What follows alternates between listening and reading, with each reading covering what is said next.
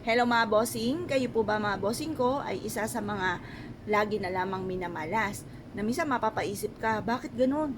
Meron naman ako mga pampaswerte sa aming bahay. Ang dami-dami ko na mga ginawang ritual, pero parang lagi pa rin minamalas. Tignan nyo po mga bossing ko ang CR po ninyo. Ano po ba nangyayari sa CR po ninyo? Yan po bang inyong aridoro ay nakaharap mismo mga bossing ko sa tapat ng pintuan? Or kaya po, bagamat siya ay nasa gilid, pero siya ay wala pong taklob. Kailangan may takip po siya mga bossing ko ang inyong aridoro dahil maaaring dyan nanggagaling ang malas mga bossing.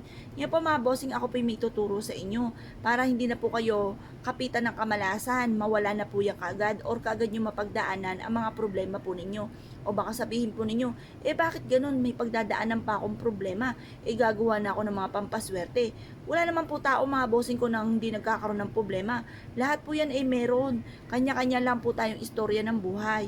Yung iba po kasi mga bossing marunong magdala.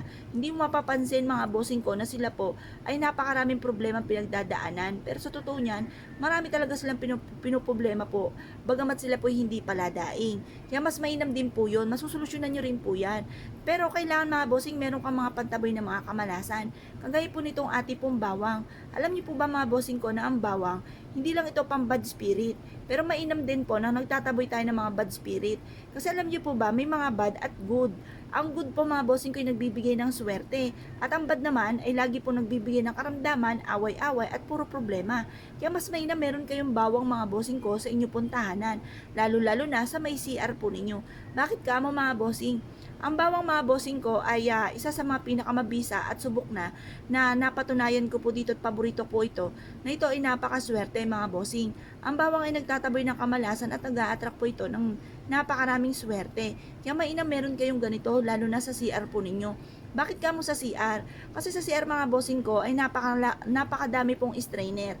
Kung mapapasin nyo mga bossing ko sa may lababo, di ba meron pong strainer po dyan. Ganon din sa paliguan. Ganon din po sa aridoro lalo-lalo na.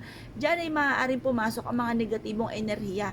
Hindi nga sila maka-enter sa inyo po main door, pero pagdating naman po sa inyo pong CR, wala kayong protection po dyan. Kaya mas mainam, maglagay po kayo mga bossing ko ng bawang sa inyo pong CR mga bossing. Sa may bintana po ninyo or sa gilid ng pintuan po ng inyo pong CR mga bossing. Di ba, pagbukas po ninyo ng pintuan, meron nasa likod po ng inyong pintuan, doon nyo po siya ilagay. Or sa mismo doorknob mga bossing ko, ng inyo po mga bossing ko ng CR.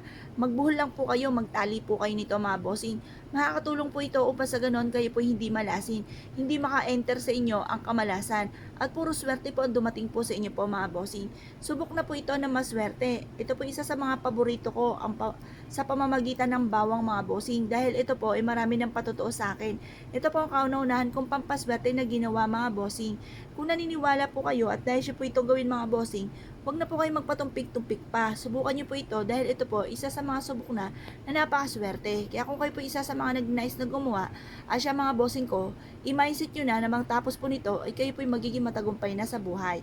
I-mindset nyo na lahat po ng mga pangarap nyo ay matutupad na. Kaya kung kayo po naniniwala mga bossing, good luck po sa inyo po lahat.